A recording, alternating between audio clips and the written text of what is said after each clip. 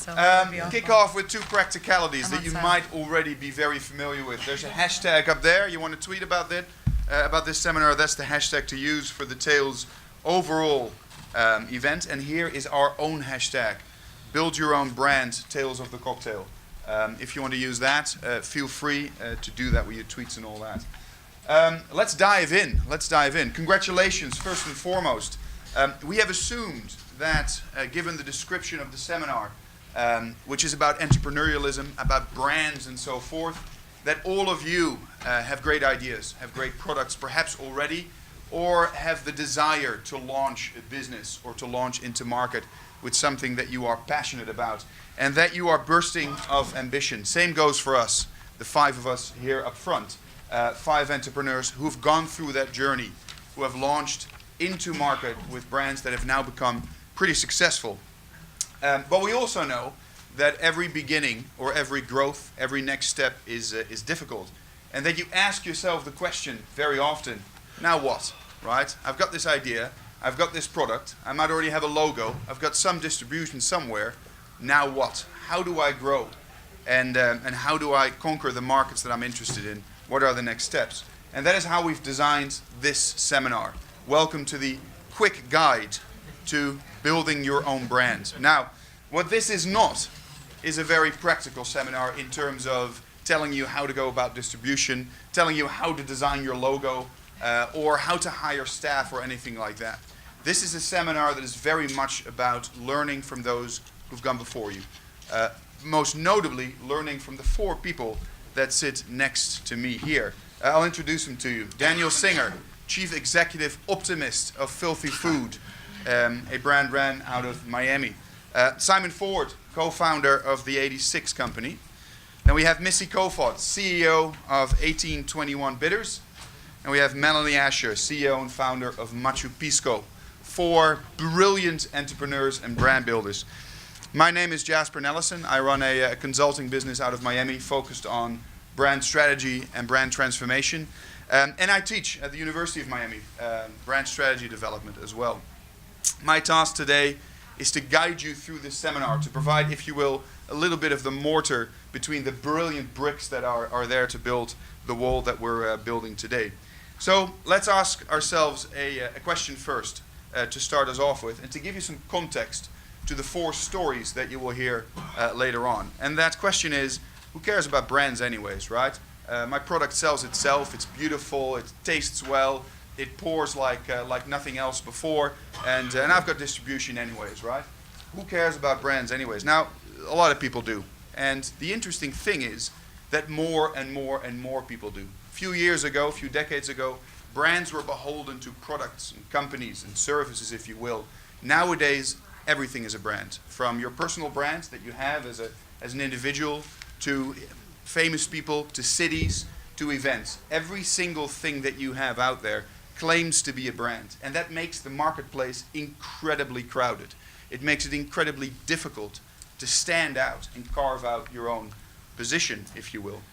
Now, the good thing is that brands have a number of things in common that they've always done and that they will always will do. Right? Brands are there first and foremost to provide your product, your company, with an identity. That's been the case since we put, burn marks on cows to distinguish them from one farm to another.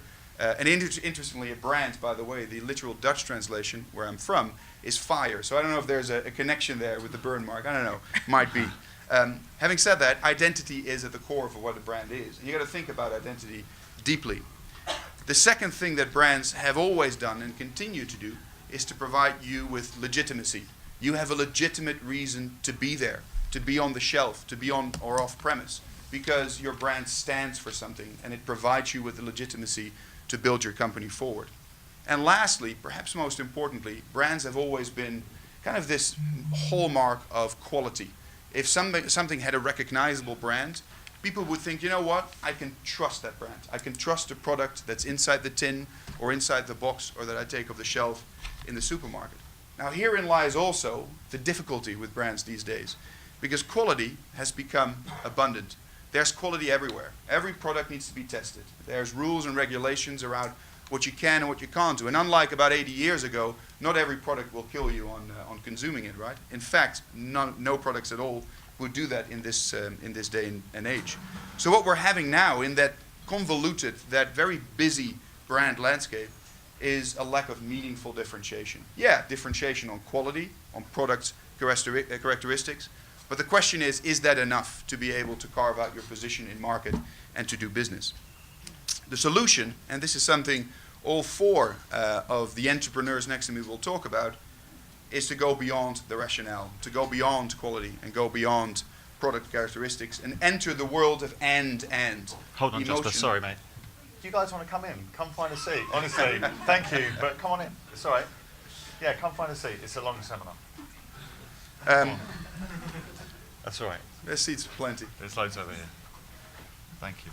To go into the world of and, emotion and rationale, respect and love, the world where you combine the beautiful characteristics of your product, of your service, with something that people really care about.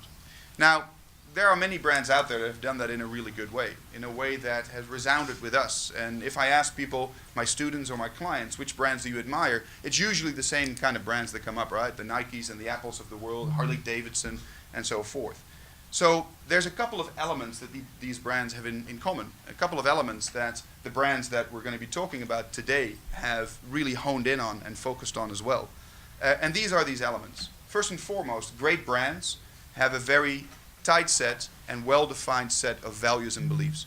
They know what they stand for. They know what they would always do, what they would never do, and they know what it is that they want to bring into the world. Values and beliefs that go from owner and brand builder to employees, to the makeup of the brand and market itself. And great brands stay true to them, which sometimes means having to make tough choices, but those choices are made nonetheless. Secondly, great brands have history and stories. And sometimes that history and story is completely made up, and that's fine, but at least there's stuff to talk about, right? Things that people can associate with that brand, and that they can be proud of, that they can tell to others, right? Which makes a brand come alive. And lastly, great brands have a reason for being. They have a position in market that means something, a cause. They stand for something, something that they hold dear at the very inner core of their brand. It might be a trait that comes from the founder and owner.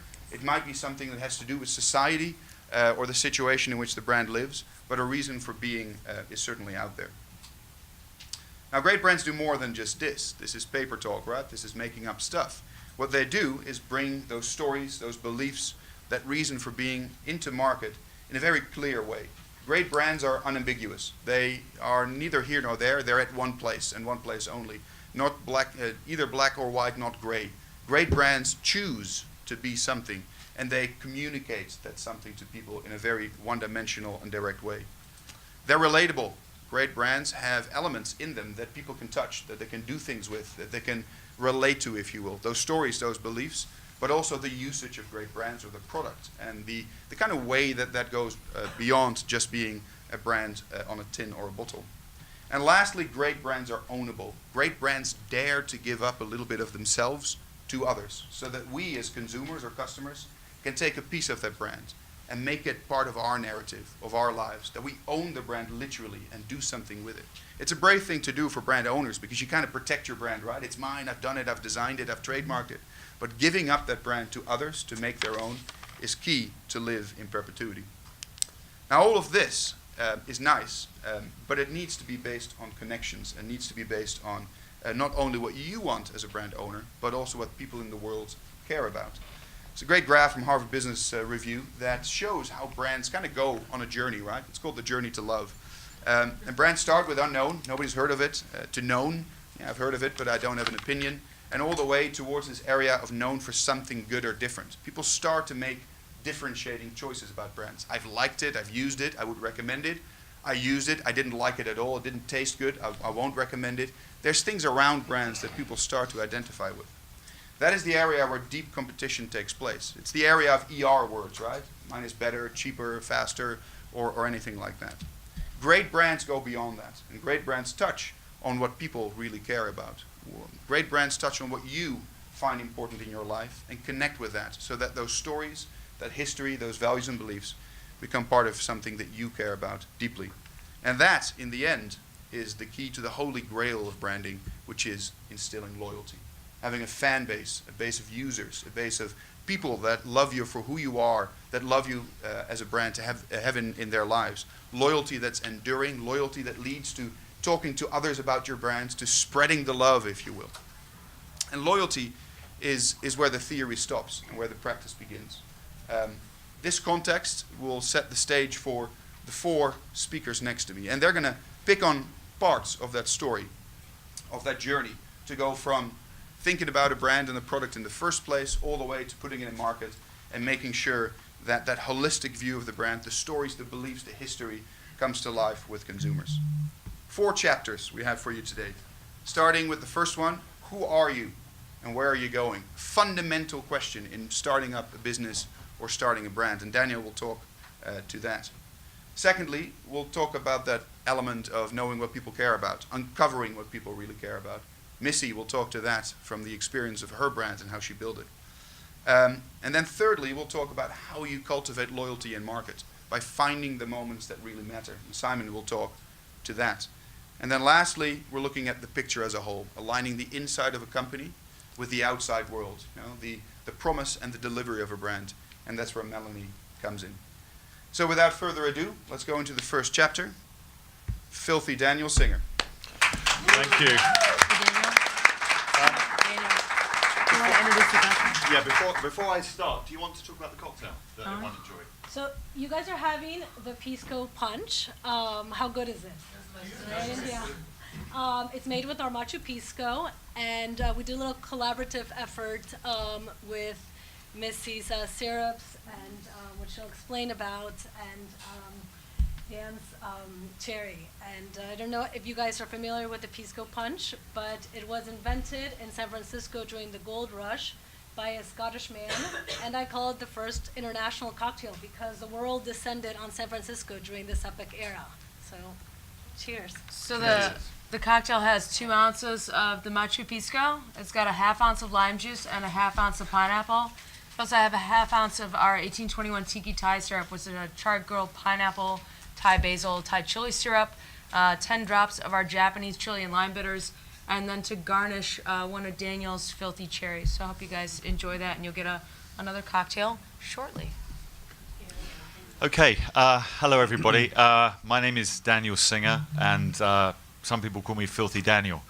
It was always Daniel from Filthy, and that just evolved into Filthy Daniel, and that's on my business card now. So self-awareness is kind of my section. Who are you and where are you going? So let's start with, who are you? That is a big question. That's a massive question, right? I mean, it's a huge question, and where are you going? Who are you and where are you going? We're not going to fix that in the next 10 minutes, but it's a question that we should all be asking ourselves, because I think if you're self-aware, you can have a good life, a meaningful life. It's an incredibly important thing to start to look at, and so what I've been doing is really finding this very, very difficult. I got to be honest with you. To get right into who you are and why you are has been a massive sort of challenge. There's all the surface stuff, but I thought, how could I actually explain or encourage you to sort of dig there if I wasn't prepared to do that myself?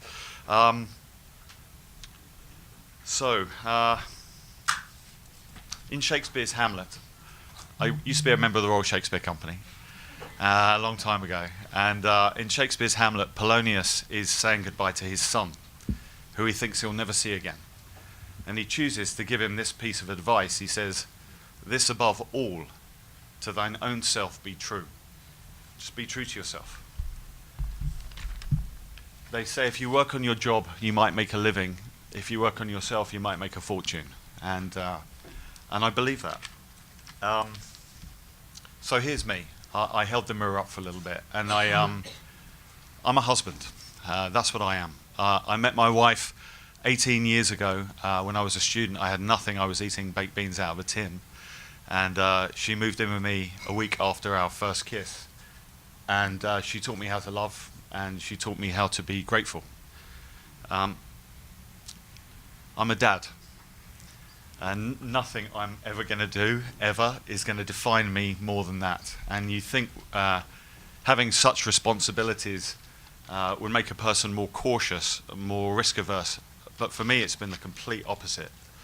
When it's tough out there, I get a huge amount of strength from my wife and kids, from my family.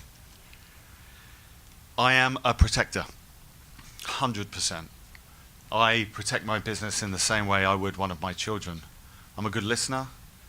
I am a highly sensitive but fucking relentless human being. I'm relentless. I don't give a shit what people think. Honestly, I really don't give a shit. And I tell you why, because it doesn't cost you anything. It doesn't cost you anything. And I can't control what you think. But I've always cared deeply about how people feel, especially how they feel about me.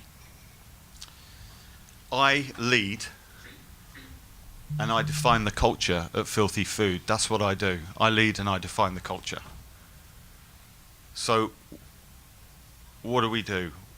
We make garnishes for people that care about cocktails, right? That's what we do. We make garnishes for people that care about cocktails. And that kind of sums it all up, right? But if you look deeper than that, which is what I've been trying to do with all of this, is we make garnishes for people that want to give their guests the nicest possible experience. So actually, if you look underneath it all, we make garnishes for people that care about people. And we do that because I care about people, and I lead and I define the culture. So, what is self-awareness? It's the conscious knowledge of one's own character, feelings, motives, and desires. The conscious knowledge of your own character. Who are you? Really, underneath all of the shit, underneath all of the stuff that you create, who are you? Here's what I can tell you completely. Negativity is utterly useless. It's a total waste of your energy, especially when you are going to be squeezed. And you're going to be squeezed. You're squeezed all the time. Good leaders, they never skew negative. They don't. They just skew positive. They understand that there's going to be challenges, there's going to be obstacles, but it's their job to solve them. That's what they're there for, or to encourage or empower other people to solve them. I don't know anybody that complains or enables complainers that is successful. And when you complain, you have to understand this. People may nod, but they don't give a fuck. They could care less what you're complaining about. They really, and it doesn't serve you, it doesn't do anything for you whatsoever. It does not move you or your company forward. Your job is to solve problems, and there will be lots of them. Life is a struggle. It is. It is. If you look at any other species on the planet, you'll see they struggle for everything. They struggle to survive. They struggle to build. They struggle to eat and not be eaten. Why do we think our existence should be any different? I mean, it's supposed to be a struggle. It's how you address the struggle. Pain is inevitable. Suffering is a choice. All right? Don't suffer. Solve problems. That's your job. So, you are here because you're an entrepreneur. You want to be an entrepreneur and you want to be a leader. You've chosen to go through this life full of struggle and not be part of or seek the shelter of somebody else's team or tribe. You said, I want to do my own thing. I don't want to play by their fucking rules for whatever reason. Yvon Chouinard, who is the founder of Patagonia, he said, if you want to better understand the entrepreneur, study the juvenile delinquent. So now that we know that this is a room full of juvenile delinquents, let's try to understand where we are going. So, some people follow their passion. All right, they're lucky; they follow their passions, and other people see the way that everybody's going, and they just choose to go in another direction. They choose, or they see an opportunity where other people can't. So I'm going to give you some context to the filthy journey. 2006, I was wandering through an airport, and it was before we all had phones, and so I was actually in the bookshop and looking at magazines and books, and I was totally dyslexic as a kid. I never get any information from books at all, but I had no choice at that point, so I picked up a book that was on the shelf, and it was called Blue Ocean Strategy. And I looked at the first sort of 5 or 10 pages, and you don't need to buy the book. I'm going to tell you everything you need to know, because essentially they give you the principal point, and then they just to reinforce it through about 50 examples. So here's what it basically comes down to. There are 2 types of businesses in the world. There is red ocean, and there is blue ocean. Red ocean is I have a product or a service, you have a product or a service, and I have a territory, you have a territory, and we are going to beat the shit out of each other until the ocean turns red with blood. I'm going to discount my products, all of these things that I have to do to get market share. On the other side is a blue ocean. The example that they used was circus is a dying business because people don't want to go and see the animals anymore, and theatre appeals to a sort of socio-economic crowd, and so it wasn't attracting young people. So this French-Canadian genius created a blue ocean billion-dollar business called Cirque du Soleil, a business without competition. And I thought to myself, God, I'd really like to be in the blue ocean. That sounds nice. And especially if you're going to start a business with limited funds, you have to understand really, once you know yourself, what does success look like? Is success about having a good local business, a good regional business, a good national business, or do you want to have a global business? And if you start something unique at some point, even if you have a totally unique idea, you're going to run into people the wider you get, and you have to be prepared for that. So at the same time, 2006, I identified that there was this renaissance that was happening in cocktails. This amazing resurgence of classic cocktails. People were moving towards fresh ingredients, fresh juices, fresh herbs behind the bar. Everybody realized that a cocktail was as good as its worst ingredient. Olives were really, really shitty. I mean, and they still are. I mean, big gallons, no bar goes through them before they oxidize. They're really oily, they're really salty. So I thought to myself, wow, there's an opportunity here to establish a line of garnishes for people that care about cocktails. So my brother was a documentary maker, really super interesting guy, a relentless human being.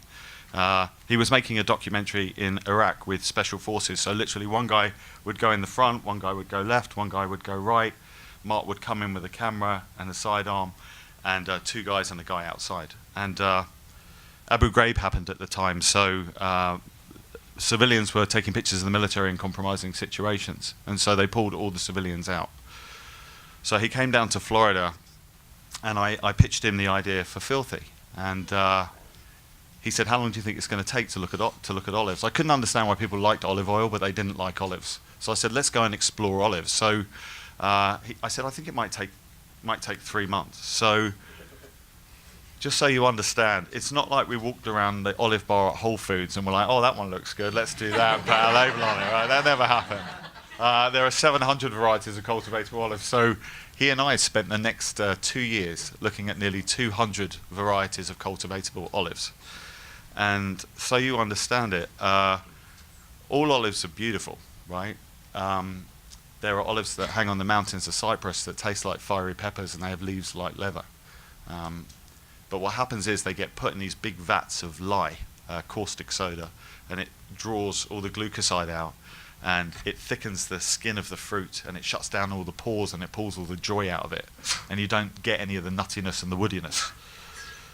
So that's what all commercial companies do, and we decided we weren't going to do that, so we created a unique natural fermentation process. Instead of taking 4 days to ferment olives, it takes us 4 months to ferment the olives. This is really the difference visually. That's what all olives look like on the left when you put them in the top of your martinis. Anybody that loves drinking martinis or made martinis, you can see all that slick that happens on the top. And now there's this ours, that's ours on the right. So what I would say is, what problem are you solving? And why does the world need what you're selling? I mean, you have to answer that. And then as you're building this brand, you think to yourself, you know, success for me looks like a national company. I want to be national. understand with your resources and your idea how far you can get before you start running into people, before you start that blue ocean becoming a red ocean. It's very, very difficult to find a totally unique idea.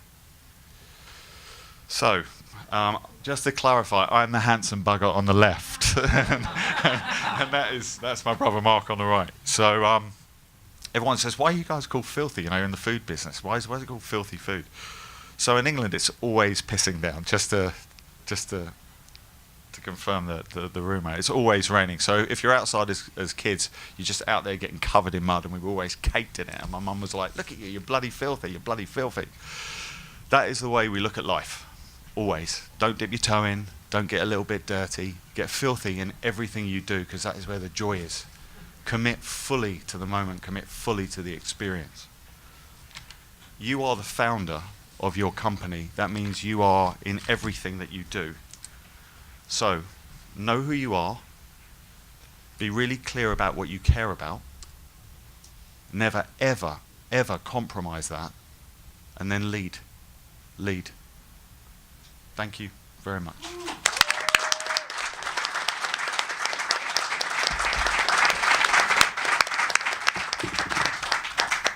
So just to keep us on track, and to provide you the connection between the beautiful story from Daniel about who are you and where are you going, the second part here is about uncover what people really care about. What we've heard from Daniel is perhaps a little glimpse into that. Why would the world care about what you bring into the world, right? The other half of that is really deeply understanding the people you want to connect with. Now, we spoke about this earlier. You remember this journey, right? Known for something I care about as a consumer. My brand is known for something consumers care about. And following that principle gets you into a really interesting space. Here's a theoretical model. It's from a theory called Love Marks, which I've practiced for the past 10 years. And what it says is where that blue ocean really exists in the world of brand. You can see a 2x2, 4 quadrants if you will. And the 2x2 is defined by 2 elements, respect and love. Or in other words, rationale and emotion. Respect is about trust, it's about quality, it's about that relentless pursuit of quality. Love is about emotion and connection to the individual, to the consumer. And if you kind of divvy up the world in that way, you get 4 categories. Right bottom, fads. Things that come fast, that go fast, things your kids play with one summer and then always will forget again and never pick up. Great space if you can predict fads time and time again. Lonely, gruesome place if it only happens once to you, because you're going to be rich on a Monday and poor on the Tuesday. Left bottom, products. This is where most companies start out, quite simply because people don't know you yet. So it's either startups or it's commodities people just don't care about, bricks, mortar, stuff like that. Or it's the place where brands that have done something terrible fall from grace to. Your cars start driving out of themselves, you have glass splinters in the baby food. Tough place to get out of. Red ocean and blue ocean, both actual examples by the way. Red ocean and blue ocean happens at the top. Red ocean is left top, brands. That is where high respect plays but low love. It is the area where you do compete on the ER words. I'm better, I'm cheaper, I'm faster. And it's a relentless place of negative competition, circling down by compromising on your offering time and time again just to keep up with the competition. Where we want to be is right top, love and respect. Yes, keeping up that relentless pursuit of quality, but adding something else. That's something coming from deeply understanding your consumers and what they love. One of my favorite quotes, overused but still my favorite, is from Maya Angelou. I have learned that people forget what you said, people forget what you did, but people will never forget how you made them feel. The core of emotional connections of a brand is that. How do you make people feel? And obviously, you want that to be the right feeling, the right emotion. Quite simply because emotion leads to action. 90% of our decisions are based on emotion only, and that includes which drink am I going to drink, which brand am I going to connect with, and what jar of olives am I going to pick from the shelf. So to talk more about this, to give you some practical insight into that, Missy, Koefod.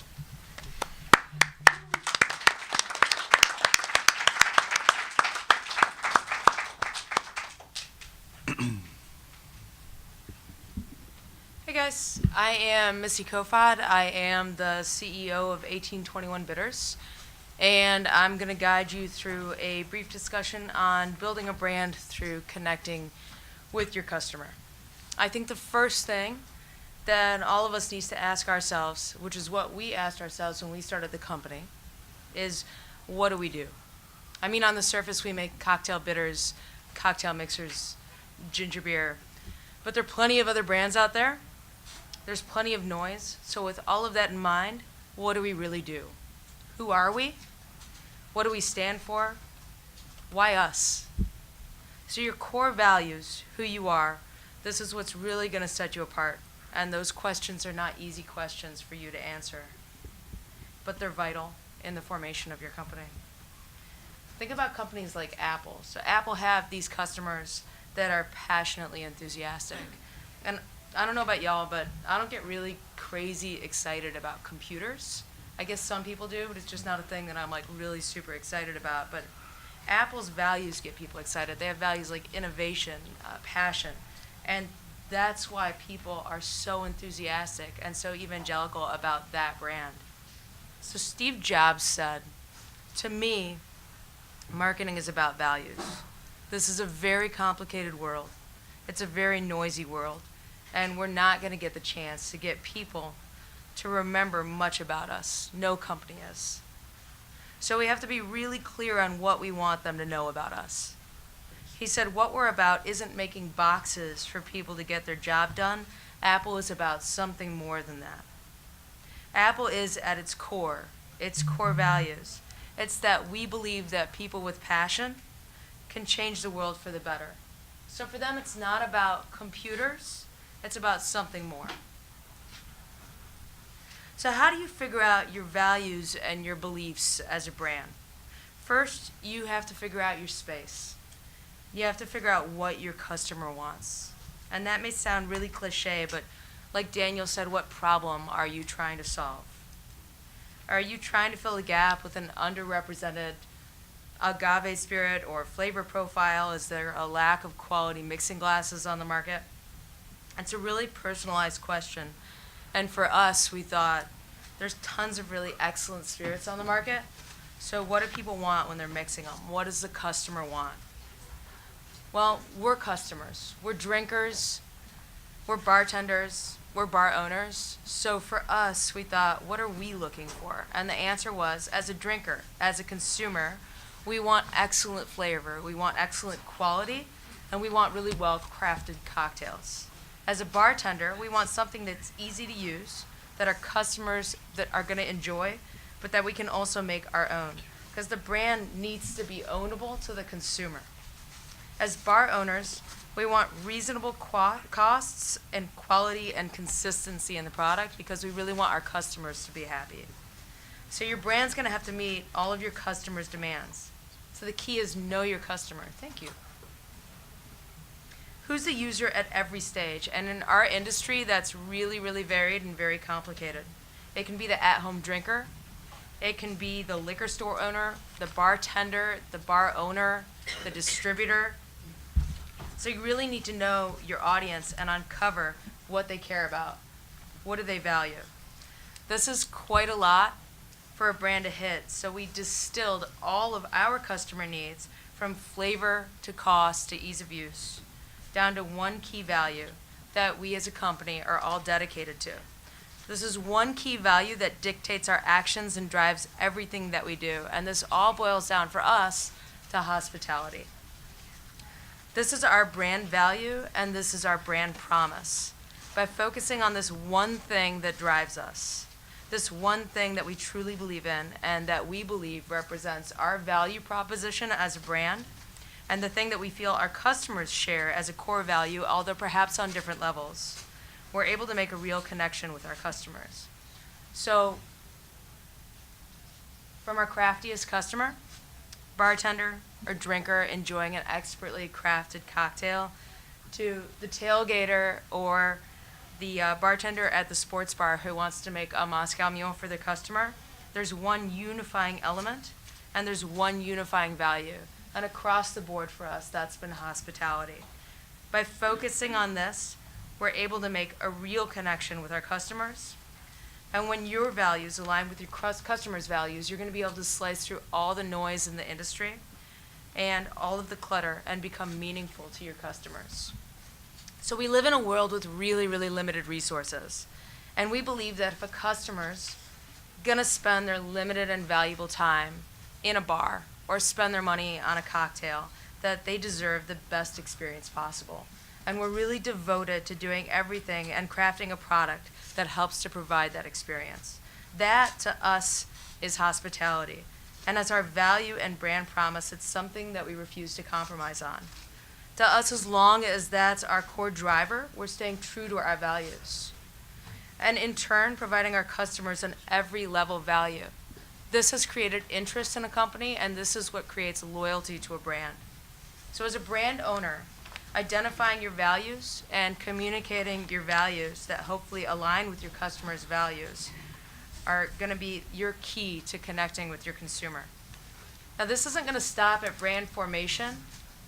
This needs to carry through to everything you do, from your packaging to your logo and your mission statement, to all aspects of your brand's creative elements, reflected in your colors, reflected in your fonts, your social media channels, your websites, any advertisements that you create. Your brand's visual vocabulary has to be in line with your brand's values and value proposition. Since it's a visual world that we live in, everybody's on Snapchat or Instagram. You can't think and say one thing and then portray through all aspects of your brand another. For example, if one of your values is accessibility and someone logs onto your website and there's no contact information on your website, then you're not staying true to your brand values and you're not conveying your brand values properly throughout all your channels. If y'all check out Daniel's email, there's a little confidentiality section at the very bottom of his email. It's a tiny thing, but you'll notice that even in that, he stays true to his brand, and there's consistency across his brand. So that's a really small thing, but a great example of staying true to your brand throughout all the elements of your brand.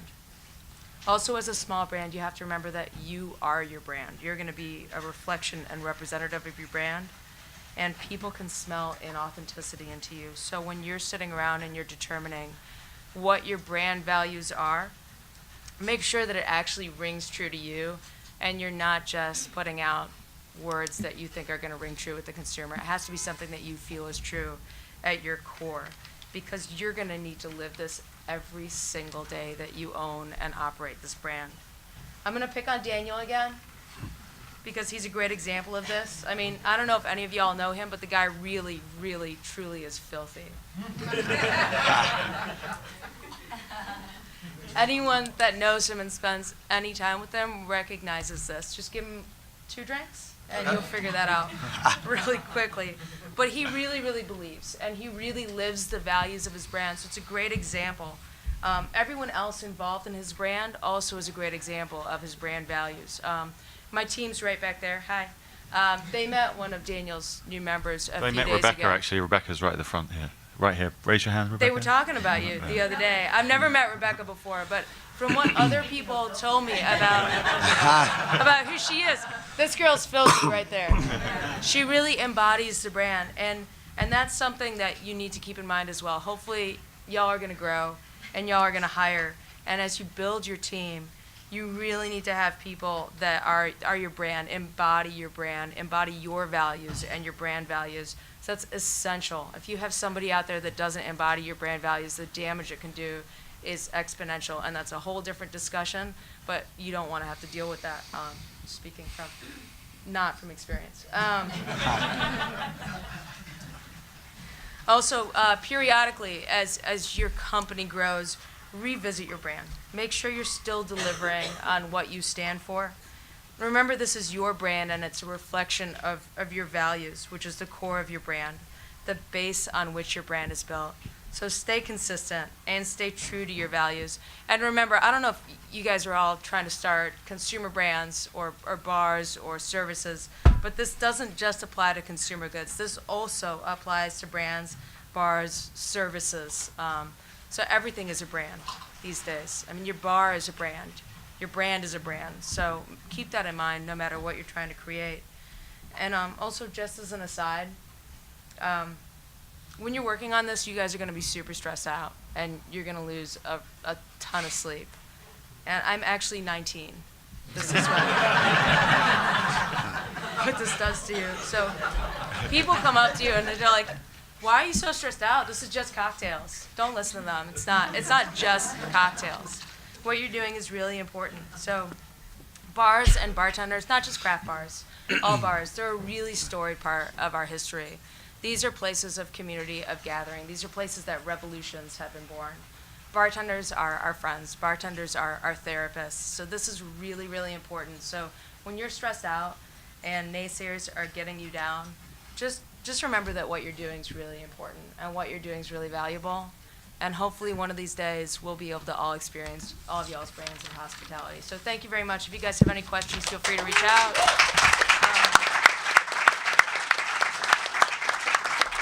You guys should all have another cocktail. This is going to be Simon's, this is Ford's Gin. It's also a little bit of lemon juice and lemon basil syrup. It's kind of a riff on a gimlet. So if you want the recipe, just holler at us. Cheers. Thank you, Missy. Let's continue our journey, our story. And what we have now is really the two components that make up a great connection, right? You know who you are and where you're going as an entrepreneur. You know what your customers really care about. You connect those two into a proposition. And now it's all about what comes next. We call that find the moments that matter. Interestingly, in the journey of a brand, in building a brand, that is not a evenly paced or evenly structured process. Some moments matter more than others, disproportionately more, because it is in those moments that you can really connect with what your consumers care about. And there might be really small moments, like the opening of a can, or the box that arrives with filthy olives at your house, and how you celebrate the arrival of that, if you will. It might be the moment when somebody that you can't control, like a bartender that doesn't work for you, pours your product into a glass, and you need to make sure that that experience connects with what your core customer really cares about. So uncovering the moments that have a disproportionate influence on performance is needed, because those moments have a disproportionate influence on loyalty, on getting that connection right. What I usually say is, be useful. Don't solve your brand's problems. Use your brand to solve people's problems, because that is the real world out there, and that is the world in which your products, your services, and your brand live. Now, a brand that has done that brilliantly well is Simon's brand, the 86 company, his bottles, his products, and he's going to talk more about finding those moments. Simon Ford.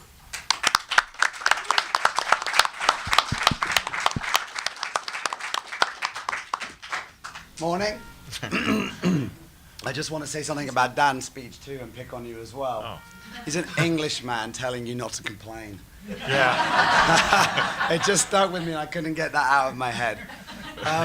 Finding the moments that matter is difficult. It's a difficult part of the brand journey. If you're good at it, you will be thinking about it before you even have a brand. And when you recognize the moments that matter, going back to the disproportionate influence that you can have, when you find the moments that matter, you will continue to double down on them and continue with consistency, right? Think about, say, Hendrick's Gin. It's cucumber, cucumber, cucumber, cucumber, and cucumber, and they are relentless in telling you that. Whereas we have short attention spans and we know our own products, we sometimes forget that. We're like, I'm not going to tell them about cucumber again. That's not how they were successful. They found what the touch point was with the consumer, and they can, double down on it and continue to do it. So finding the moments that matter start from the beginning. And even for us, 86 was about a philosophy. If anyone knows our products, we were about bartenders, and 86 is probably something that only bartenders really recognize as a product. But it's also, when I picked up a bottle once of a very good gin, it said on the back of the label, this gin is inspired by the Vikings that set sail from the Nordic shores. Our gin is inspired by those Viking forefathers and the forage lands far gone. Fucking bullshit. So when 86 started, we were like, we want to name this for the bartenders. And then Jay Cosmos, my partner, went, I know why we should call ourselves 86. We got to 86 the bullshit, right? That's where it came from. So finding the moments that matter, and this is a lot of repeated stuff from some of from the very beginning, but it's just to put it back into your head. But you have to define what your values are and your beliefs, right? It's so important, right? Who are you and where are you going? Have a plan, you know. Find out what people really care about. This is really important. And people often, even if I take gin as an example, we'll talk about the botanicals, right? We'll talk about steeping for 7 hours in this and that. But actually, it's not what people really care about. That's just what validates what people care about. So it's finding out what people do care about in this moment. So how can you obtain brand loyalty? And that is the key to the moments that matter. That's the question you need to ask yourself. What is that moment that matters that's going to make consumers loyal and keep coming back? You know, and you can come up with different philosophies as your company. In the 86 company, we have a thing called unexpected gestures, where we can't afford giant marketing spends, and we can't afford to go and dig to the bottom and compete on price and those things, but we can say thank you with a handwritten note, right? And we can send someone a cocktail shaker with a name on it, or whatever it might mean, or buy them a book that they might love. It's the moment that matters. And now, it's not really connected with the brand, but it's definitely connected with the company philosophy, and it makes people remember them and remember how you made them feel. So how are you going to connect with your consumer? You know, what are you going to tell them? What's the message? Are you going to pour your product into a plastic cup? Sorry. You know, or are you going to serve it in a martini glass and give them a proper brand experience? You know, how are you going to connect at those moments? You know, how are you going to tell them your story? And then I think the key to all of this is emotional benefits and rational benefits, right? It goes back to what I was saying. The rational benefits is, yes, the gin's made with juniper and it's been steeped 7 hours, blah, blah, blah. But the emotional is the thing that is the magic. You know, why does someone want Grey Goose, but when your bar says we don't have Grey Goose, they automatically go, okay, I'll have a Budweiser, right? It's because they aren't thinking about the vodka, they're thinking about the brand and how the brand makes them feel. It's like wearing a pair of jeans. There's been an emotional attachment, you know? And that's the magic that is impossible to explain and hard to find, but the thing that you should be obsessing about constantly. And remember, you're building a brand, not a product. You know, you're not selling. That's the key thing. If you sell, that's easy. You could go, here's 10 cases, or here's 10 of these, and I'll give you a free television set. That's easy to do. They're like, yes, I'll take the television set. But if you are building a brand, you are constantly giving the people that work with you, the people that interact with your brand, the tools to actually tell your story. And that's finding the moment that matters. You've got to find as many of those as possible. And I think products fit lifestyles, right? And I think that this runs true with all of our products here today. You know, think about Quicksilver. You know, these were a bunch of guys that love surfing that said, we got no clothes to actually wear when we go surfing that are practical. So they made them for themselves because they were a bunch of cool surfer dudes that said, oh yeah, let's put a thing on it that scrapes off the wax, right? And of course, it was a lifestyle that every surfer wanted to be a part of. Now, surfers tend to be pretty cool people. So then it became a brand beyond that, right? They attached bartender, for want of a better thing to say, is a lifestyle. It's a lifestyle that's led to me losing my voice at Tales of the Cocktail. But bartender is a lifestyle. You know, if you look at bartenders, I've always said that bartenders are like rock stars that couldn't be bothered to learn instruments, right? They want the lifestyle, and some of us know how to play instruments, and maybe we just didn't make it as musicians, right? But it's still right. It's still the lifestyle is there, and so think about it. You know, brands can fit lifestyles, and that's very much what I think everyone here has tried to do, and a lot of other brands I admire as well. So it comes back to, what are your values? Now, Martin Luther King, of course, didn't say, and this is quoting Simon Sinek, who I'm going to quote a few times, but he didn't say, I've got a 12-step plan, and after this week, many of us might need a 12-step plan. He didn't say that. He said, I have a dream. He was able to convey his values. You know, he had that passion and everything. So For me, it's what are your values? Your values can set you apart, right? Tesla, right now, one of the it's the most valuable car company in the world, right? I just said car company. It's actually not a car company. Why do you go to Tesla, right? Tesla have made cars that obviously run on batteries, that are greener than usual cars. But now they're selling roof tiles. Would you buy roof tiles from Ford? No, because their model isn't we make cars. They are making things that change the future, that are environmental. So, of course, you can convey your values, and with that, you can do whatever you want. So, this is just a really interesting slide, but the 86 company started in 2007, even though we didn't have a single product until the end of 2012. And in the very first deck that I did, this was one of the slides. We put down what our values would be. And we were going to talk right from the very beginning with bartenders. And what did we find out from those conversations? An easy bottle to use. By the way, that's been the Achilles heel of the company since we started. Because what do people care about? Obviously, we spent 5 years on the product.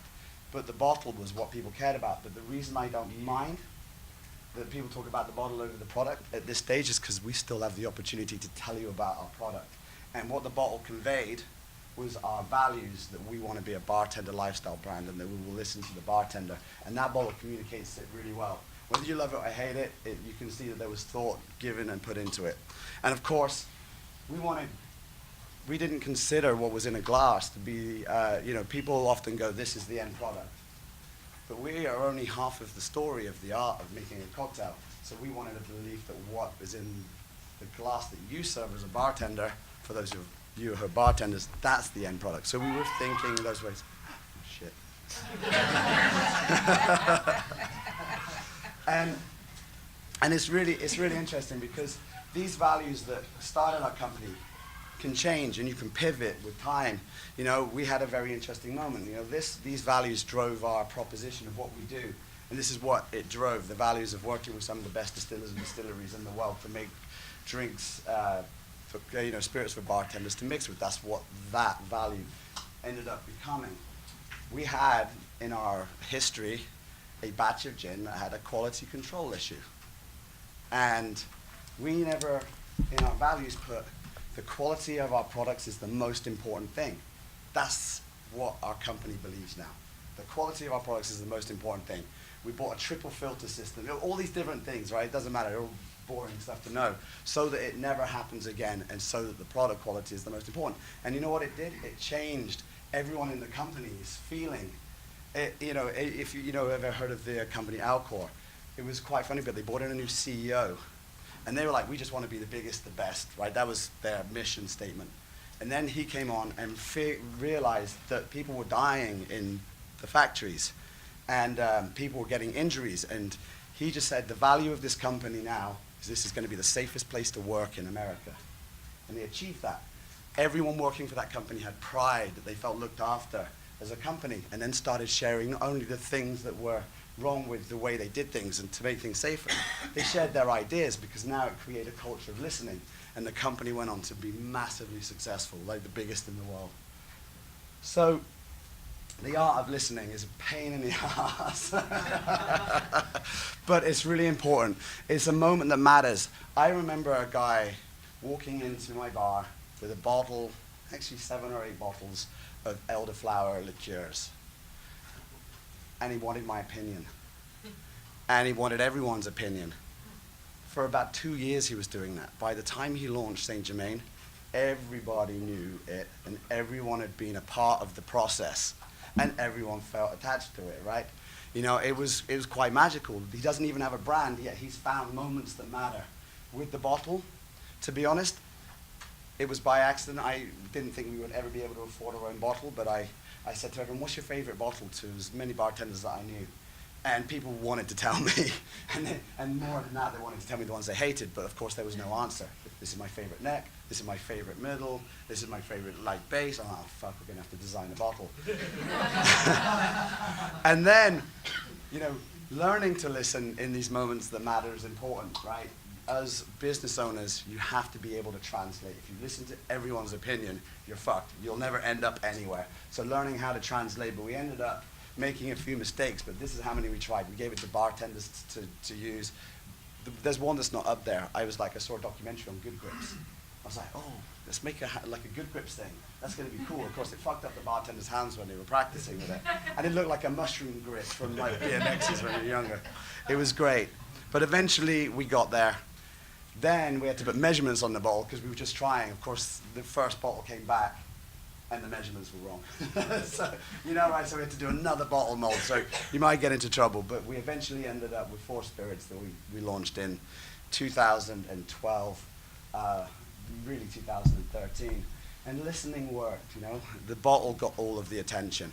And even though I hate it and call it our Achilles heel, because the thing that's most important is the liquid inside the bottle, Jay Cosmos, my business partner, opened a bar called Employees Only. And when it opened, they thought they had a great cocktail bar. The press said, look at these guys with their mustaches. And for 5 years, the press talked about their mustaches. One day, they came along and they talked about the actual cocktails and the vibe of the bar and whatever. So he calls the bottle our mustache right now. So this is obviously a nice quote from Mark Zuckerberg, the man that fucked up the world. The companies that work are the ones that really care about and have a vision for the world to do something you like. Do something you like, because you need to be contagious with what you do. Do something you like. And the quote that I almost want to go to now is my favorite marketing guru to listen to is, again, Simon Sinek. He wrote a book called Start With Why. It's a really, again, another quick read, and I suggest reading it. I'm not going to do what Dan did and fuck the author and say don't buy it, obviously. Go buy it. Can you hear that, Simon? I'm selling, but he said start with why. And the whole point is people don't buy what you do, they buy why you do it. That was really it. And so by looking at that, when we were doing our products, we really wanted to know why we were doing it, not what we were doing it. Because what we're doing is making rum, light rum, right? And everyone's making right rum. But why were we doing it? We talked to bartenders who couldn't get a Havana Club in the United States of America, and we wanted to look at some of the authentic Cuban methods of making a rum so that you could get authenticity in drinks like a daiquiri. That's why we were doing it. It led us on a journey to find a guy, Don Pancho, who'd been making rum in Cuba for 35 years. It led us to finding a place where the sugarcane grows, where you could actually cut down the sugarcane and press it immediately for that style. So it led us on a journey. So why you do it is what's important. And that had a much easier thing to convey, right? But gin, we got 9 botanicals like everybody else who's got 9 botanicals. Or we got juniper like everybody else, right? And I'm not saying we don't make it with as much care and love, because obviously I love gin more than life itself. But why did we do it? We wanted something that would work in all those classic cocktails just to go to. It didn't have a cucumber and rose. Our mission was gin now in juniper flavor, to go against the trend at the time in 2007 of everyone trying to be the next Hendrix. We wanted to be the next Beefeater or Tanqueray and make something that was good in classic cocktails. And so it led us on a journey to building flavor maps that were flavors and botanicals that would go well in those classic drinks. And what do you know? You ended up with a classic London dry gin. So it's why you do it. And let's go to Apple again, the most successful company in the world. Everybody else said what they did. They said, we've got 3 megabytes of memory, right? We've got 3.2 megahertz of speed. So this one does too, but it just went, oh, 1,000 songs in your pocket. It's why they did it, not what they did. It's also got the same speed. It's why they did it. It's so important. If you can tell people why, that's where you'll get that emotional connection. But you do have to validate it, right?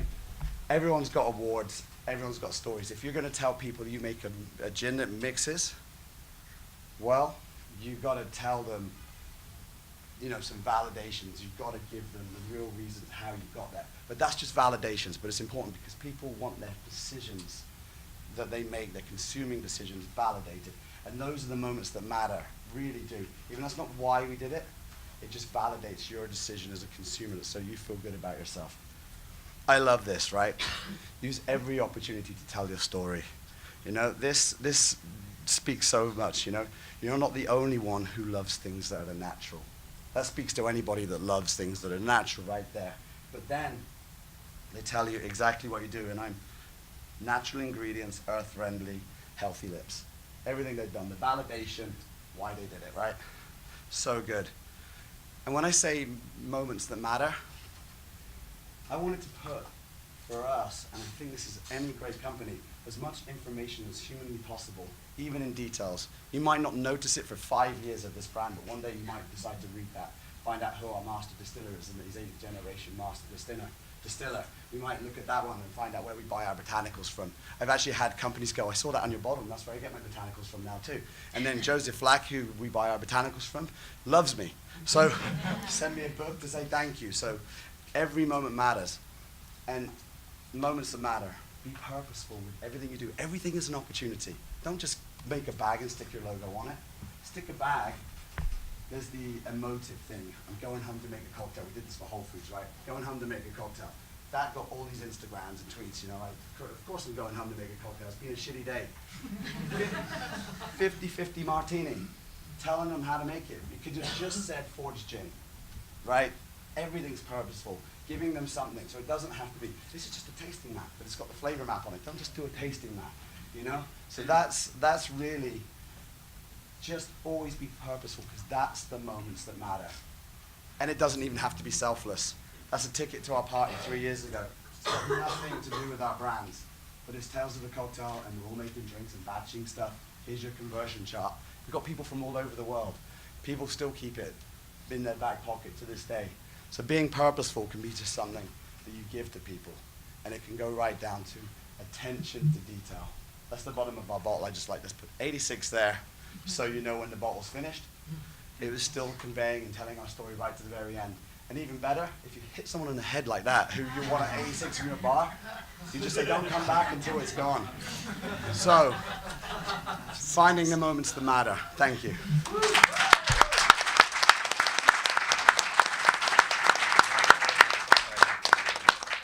All right, how's everyone doing? Good so far? Yeah. One last chapter to go, and this is the chapter that brings everything together. In my consulting practice, I talk a lot about aligning inside and out, and it's really about finding the connection between your brand promise and your brand delivery. I see brands and companies as yin and yang. What you say on the outside has to be the same as what you do on the inside, and that counts for every single aspect of your business. The people who work for you, the places you sell in, the places you operate. Every single element that has influence on your brand, that is part of your company, has to be in tune. So aligning brand promise and brand delivery is key to making sure that everything we've talked about so far holistically makes sure that your brand is conveyed, that your brand grows, and that your company grows. From knowing yourself and knowing where you go, to knowing your customers and consumers intimately, to having those moments that really have a disproportionate influence, to having a holistic view on the brand in total. Here's a quote that I love. If I tell my friends about your brand, it's not because I like your brand. It's because I like my friends. What this is about is being part of people's lives in a way that they want you to be part of it. Promise and delivery. Never disappoint. Always delight. And a company that knows a lot about that is Machu Pisco and Melanie Asher.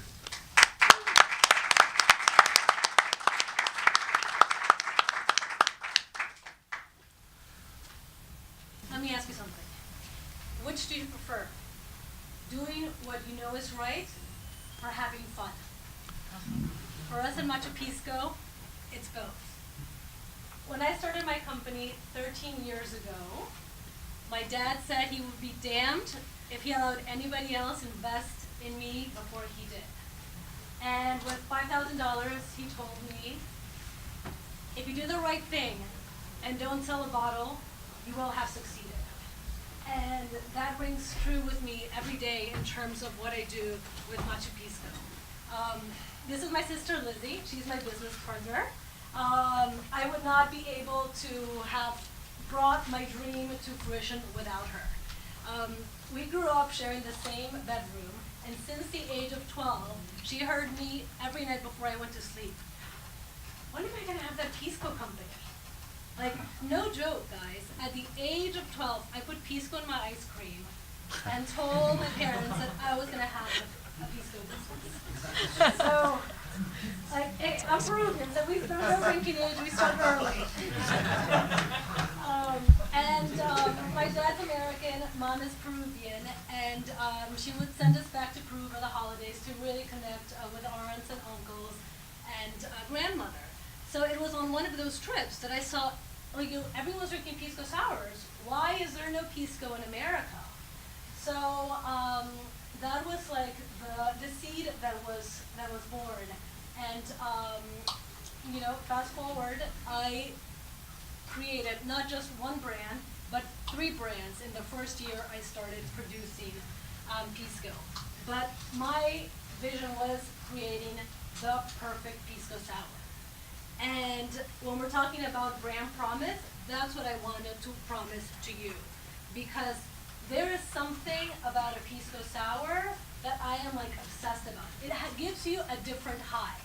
You know, it's like every alcohol has its own buzz, but there's something about a Pisco sour. And you guys tried a delicious Pisco Punch. I adore Pisco Punches. It allows bartenders to be very creative and put in their secret ingredients because Duncan Nichols, who invented it, actually went to the grave with his recipe. No one really knows what was in it except for pineapple, lime juice, gum arabic, but he had a secret in it that people to this day think that it's cocaine. Because everyone was drinking it. It was legal. It was the 1850s, the epic gold rush. But as much as I love the Pisco Punch, I'm fanatical about the Pisco Sour.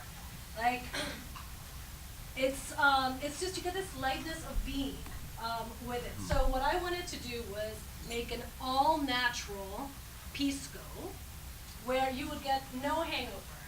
So in my bottle, on the back, is my name.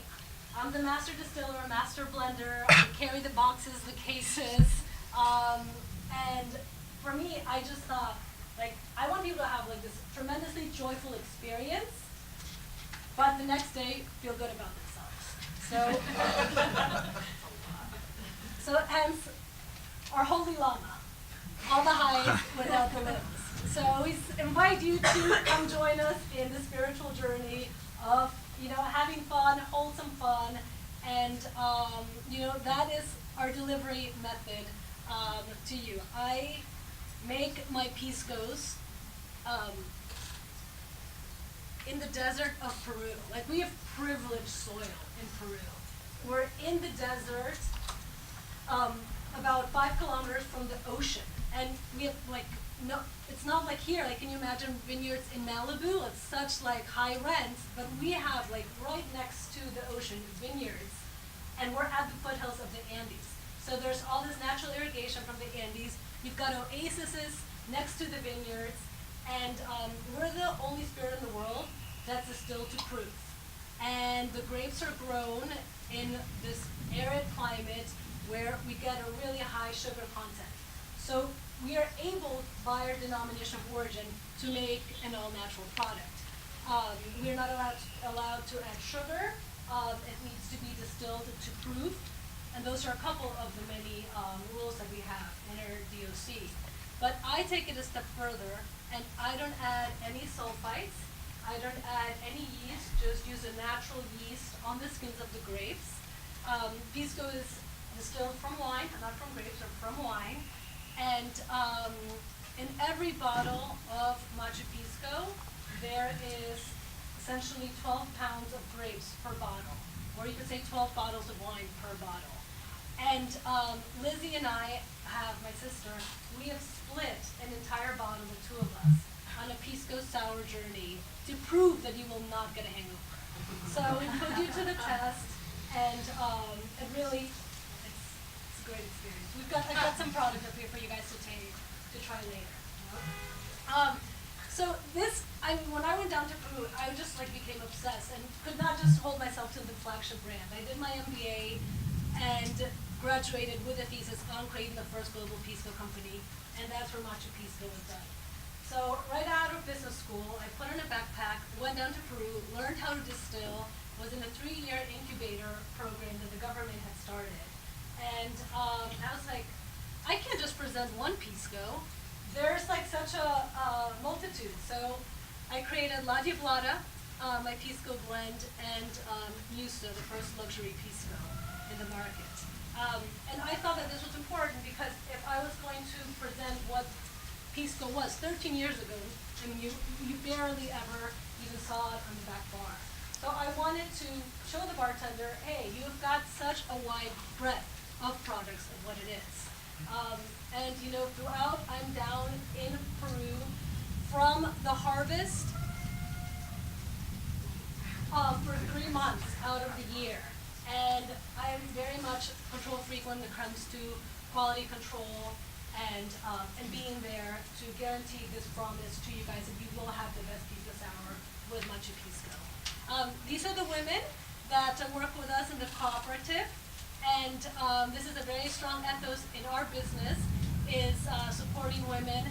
And in Peru, you have, in the rural countryside, women don't work as much because their husbands want to prove that they can be providers to them.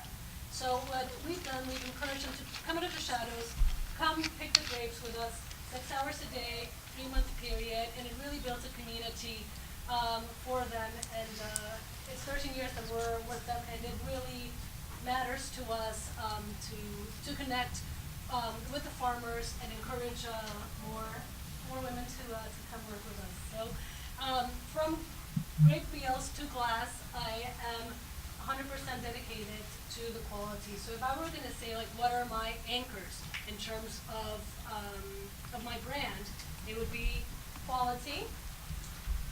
But quality and passion just don't get you far enough. You know, I just feel like if you're here in this room, you want to create your own brand, you're going to have to be passionate. You're going to have to create something that's outstanding, stands, like, goes beyond, because there's so much clutter, so much competition out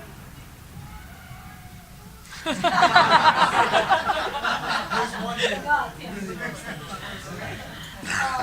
But for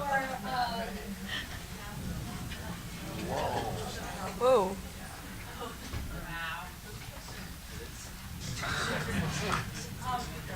but like, I found people were super supportive of me at the beginning because they saw my passion.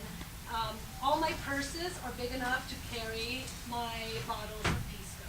So I mean, people would like see everywhere when they have a bottle, super passionate. They dig the quality, but you guys, you know, there's something more that you need to connect. If you're building a brand is extremely personal. It is who you are. So hence why you align with what's in you with what's out. So, I mean, if you start your own brand, you're in a privileged space to put a little something of you out into the world. And I could not feel, you know, more blessed to be able to have that privilege to get that out there. And that's how you connect with your consumer. And that's like what a brand is, that it speaks to people on a personal level based on what you inside are putting out there. This is my family. This is my grandmother. She and I created the La Diablada Pisco for women. In Peru 13 years ago, it was mostly men drinking Pisco, and she had sold Pisco when she was 15 at the bodega around the corner. So I guess she started drinking early too. And she loved her Pisco, and she and I collaborated to come up with the La Diablada, and we came up with a product at first sold in Peru. We don't sell much Pisco in Peru, we just sell La Diablada, and have brought it now into the U.S. But that is, for me, really cool because she's 102, guys. Wow. She's 1 year older than Pisco Sour. So for us, family is very important. We treat our clients like family. If someone, I don't know if you guys have seen the PDT, the Judgment Day recipe. It was a good friend of mine, Charles Vexenat, who we invited to come down Mateos, and he dropped a glass right outside Absinthe House and was put in jail for 2 days.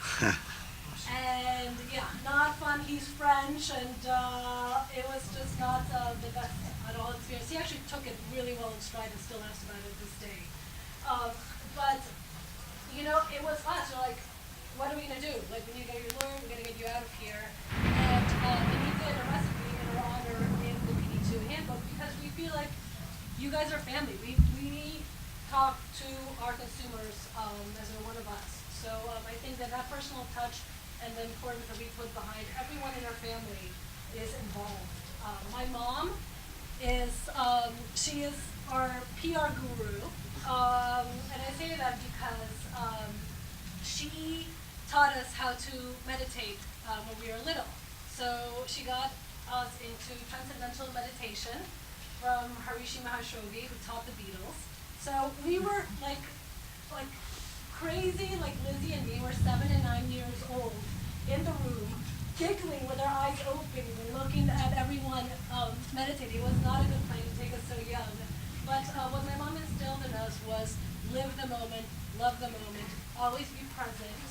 And that's something that she does. Like, she'll wake up one day and she'll just pick up the phone and call Jonathan Newhouse, the editor of Condé Nast, and say, like, you need to write about my daughters. And he wrote, I mean, there was an article in GQ, there was an article in Tabler, there was an article in Condé Nast. I mean, she really just like lives capturing the moment and just seizing the day, like moving where her spirit moves her is really permeated in the company. So when I'm telling you guys about, like, you put a little bit of who you are in your brand, I've stopped taking appointments, I've stopped taking meetings, and I am just living the moment, living the day. Like, and these gentlemen can testify that whether I was going to show up today or not. But it is something that is very true to who I am. You know, I've been walking around. And sometimes I see a brand where the bartender is on their phone while they're serving a brand, and it just looks like so unprofessional, just so not connected. It's just like you're not looking out for the best of your consumer experience. And I feel like for Machu Picchu, what I was saying, like, you're passionate, you've got great product, but you got to take that extra mile and put who you are inside your brand. And maybe it's not for everybody, but you know, you are who you are, whether it's a cult brand, but it will speak to someone, and you will get a strong following. The tight-knit you are about what your brand represents. So with that, I say goodbye. Live the moment. Right. Thank you, Melanie. So as the storm rages outside, even blowing open our doors here, let's conclude our journey, which I hope you find interesting. So we explored 4 elements, right? We started with who are you and where are you going with Daniel, uncovering what people really care about with Missy. Find the moments that matter, Simon, the bottle, and so forth. And then the beautiful, holistic story about being true to yourself, aligning inside and out. Now we want to leave you with 4 thoughts based on everything you've heard. Just a little checklist, if you will, although not as practical as a checklist could be. But maybe some advice if you're starting your own brand and company. So first and foremost, know who you are, be clear what you care about, never compromise on your core beliefs. If you start out compromising, you start a company or a brand, you will lose out every single time. Second, define the consumer need for what you are creating. Then connect with that need emotionally and become more than the product. Become that holistic brand that people can identify with and can make part of their own lives. Thirdly, never miss an opportunity to tell your story. Learn the art of listening to help create solutions. The solutions are out there. Connecting with those you want to connect with on a deep emotional but also practical level helps you to tell that story at every single moment. And finally, build a culture around your brand with everything you touch. Always do the right thing. Be a good person and leader. Hashtag live the moment, right? These are our top tips, if you will, as business owners, as entrepreneurs, as people who started out somewhere. And we hope that they will lead you to great success and great fortitude with your brand. So thank you to the panel. Thank you to the crew. Thank you to the Caps, AK and Leah. Thank you to you for coming. We do have time for questions, if there are questions. And this is the time that I can walk around with the microphone. Oh shit, I heard. You were first, go ahead. So my question is to Simon. You were talking about awards. There's a lot of these companies that make you send them bottles and several $100s to provide you an award. What other options are there? Talk about your thoughts on that. It's funny. I obviously Hamish there. We've done awards for the last 7 years. Awards are really. it's easy to get them, right? I went to Angus Winchester's seminar just the other day, and he talked about how when you look at the awards, there are 200 gold medals, 400 like silvers. It's not like the Olympics. It's not a gold, too, right? You know, you're just basically paying for the validation, right? And yes, initially I paid the money for it at the early days just to get a bunch of medals, right? It was like, I got no marketing budget, but if I got a medal, that'll do for marketing, right? It costs $400, $700. But I was also quite interested in validating what we do as a company. So I looked at the judges, I looked at how they judged, and I only entered the awards where there were people I respected, that I care about their opinions, and I only entered into awards. And right now, the only award that I put our brand into is the one that Paul Picard does in New York. It's the only one we enter each year. I'm interested in what is going to come out because I know every judge in that room, and I would put my product in front of them, and having it in front of them blind, without me there to sway their opinion. So for me, that's why I do it. And then I got to tell you that 99% of the 99% I don't really care for anymore. It's, you know, like honestly, offline I would tell you the 3 or 4 that I like, and then the rest I'm like, who's judging this, and you know, and wasting money. So I think pick wisely and have a criteria. Otherwise, say we're the brand that doesn't give a shit about awards, because I think that's cool too. So I also lost my voice, which means I should probably listen more.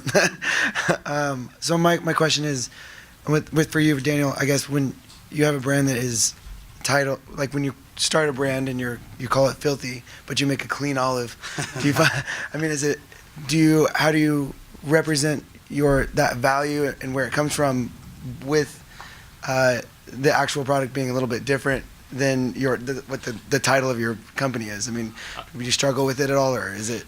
Yeah, I think it's about being patient. Nothing is going to happen overnight. It's going to take a really long time. And as Simon said before, maybe it's the bottle now. So nobody's ever going to forget it. I always introduce myself as Filthy Daniel, or what company you work for, it's Filthy Food. And everybody always remembers it. And when you don't have a big marketing budget, it really helps to be memorable. And then over time, the market is going to decide whether you're going to be a fad because you were called Filthy and your product tasted like shit and then you were gone, or whether everyone says, oh, I really love what you do, the quality of your product is amazing, and they remember you because you're called Filthy Food.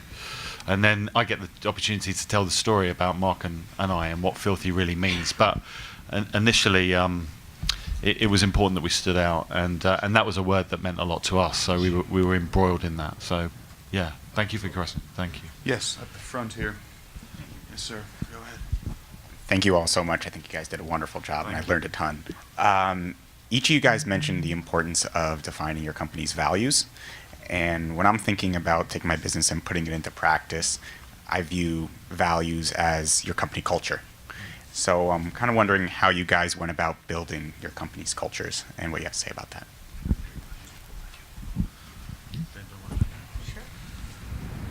Yeah, I think that your value is indicative of your company culture, your mission statement, and a lot of people lose sight of that. So it's great that you're thinking of that all as one part.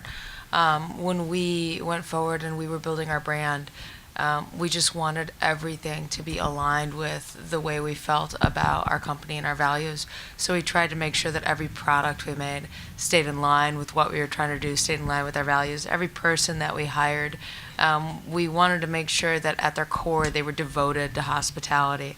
And in doing so, created over time a culture that really was in line with our values. So that's really how we did it, with just making sure that everybody that we had involved in our company at every level, from our graphic designer to our sales staff to our retail floor staff to everybody that's involved in the bottling and labeling of the product, that everybody at their core, that's what they're dedicated to, and that they understand that that's what we're dedicated to. So you really have to communicate that to your staff and make sure that everyone understands that's what you're into. I mean, when we started, we had about 1,000 stick-it notes, right? It was funny because one of our core values was let's go green, right? Let's be environmentally friendly. But you got to start somewhere, right? But we had 1,000 stick-it notes. Then we put them in the hierarchical order, and there's different areas. There's your brand. you can focus on that, but then there's your people. So at the 86 company, the thing that's pretty much continues to nearly bankrupt us is that we made sure everyone had a health insurance. We wanted everyone to have holidays. We have a policy in place where if you take 2 weeks off work in a row, we're going to give you another week on top of that for you to take another time in the year to encourage people to do it, because you can't force anyone to do anything, right? But you can encourage people to take the breaks. So, people values, brand values, like you look across the board, because if you forget these things, if diversity, any of those things might be a value to you, but they could come along. If you don't have those values in place, it could come along and bite you in the ass, because you want to be able to stand up for what you believe in, but if you haven't actually clearly defined it, then there's nothing to stand up for. Great. Yeah, the question over there. Yes, sir. Go ahead. So my question specifically for Missy and Daniel, because your products are garnishes and not liquors, you'll see what I mean. A very blocking and tackling question. How did you go about building out your distribution? I've heard people say that bar supply distributors are great, but it's very city by city. Then the golden door of getting into a Cisco or somebody, it's so hard to do. I'd love to hear anything that you would about how you did that. So I delivered Filthy out the back of my car for 2 years. Mark put Filthy in backpacks and went on subway trains in New York for nearly 3 years, until the distributors couldn't really ignore us anymore. And no one's going to solve your problems, so you just have to find a way to move forward. That's what you've got to do. So if there's a demand, you got to supply it. So who couldn't ignore you, the local guys or the national guys or somebody in between? So remember what I said, what does success look like? So it was never going to be a local company, so it always had to be the big guys, so I was started with food guys, and then for me, when you're in a food distributor, you're with lots of other food, and it's hard to make people give a shit. But when you're with a liquor distributor and you're the only garnish, they're either going to make money in that channel or they're not. So that was a strategic play for us. Yeah. Missy, do you want to add? Yeah, and for us, we bought plane tickets all over the country, loaded up bags with product, and literally were knocking door to door at bars and selling stuff out of the trunks of rental cars.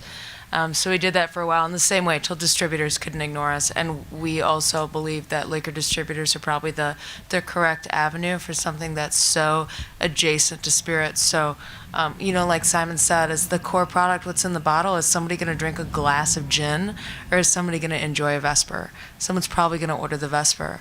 So we want to make sure that whatever their end product is, that we're contributing to that. And I think that just making sure that you get to the point where everybody realizes that you're creating a quality product and you care about that final product. My best advice is to hang out with your distributors before you make a deal with them. Because if you don't like them as a person and anything negative ever comes up, it's going to be a bitch to solve it with them. It's better if you like them when crappy shit happens than if you hate each other to begin with. So. Can I just say one last thing? I don't think I'm in the garnish business. I'm in the partnership business. So I don't sell, and there's other cherry companies, and there's some shitty big food service olives, right? But that's not what I do. I'm in the partnership business, so people can always get hold of me, and I can always help them, and I will wherever I can, and that's why I think we've kept moving forward. So last question. Here you go. 2 times for me. You can have it after I am. I have a question about quality, because it seems like now people are moving toward cans, like even for wine and stuff like that, but quality in the past has always been driven with glass. What are your thoughts about other packaging? Because millennials, and there's several of them in this room, have different thoughts, green movements and that on product packaging. What are your thoughts? We've been approached sometimes to do a ready-to-drink Pisco Sour, and what I've researched so far, unless I can do something that is, bio-friendly, then it's just not worth it. It's not right now what, like I said, we don't take any shortcuts, so it's got to be 100% to speak to our ethos as a business. Glass just doesn't impart flavor on anything, but certain things it doesn't matter, and others, I hate beer out of a can. I taste the tin, right? I'm really sensitive to it. so from a quality point of view, it's glass. But then there are products that it just doesn't matter at all. You know, like I'm just drinking sparkling water at a thing, so and it was fine. So I feel like it's just different for different products. The green element, that's going to be the most interesting space. I went to a seminar recently in Berlin at a sort of conference, and they were showing all of the different materials that are coming from recycled materials that might be able to be turned into different packaging devices. And I'm really interested to watch that space evolve. And I'm looking really closely, and you should if you're looking to ready to drinks, but I think we're going to see changes at some point that address green. All right, that's all we have time for. Now, we are going to be hanging out. Are we? Yes, we are. We got no choice. At the corner bar in the lobby. So if you want to talk more, if you have any other questions that you want to ask individually to any of us, we'll be there. You can find us there. Thank you for your time, and thank you for your questions.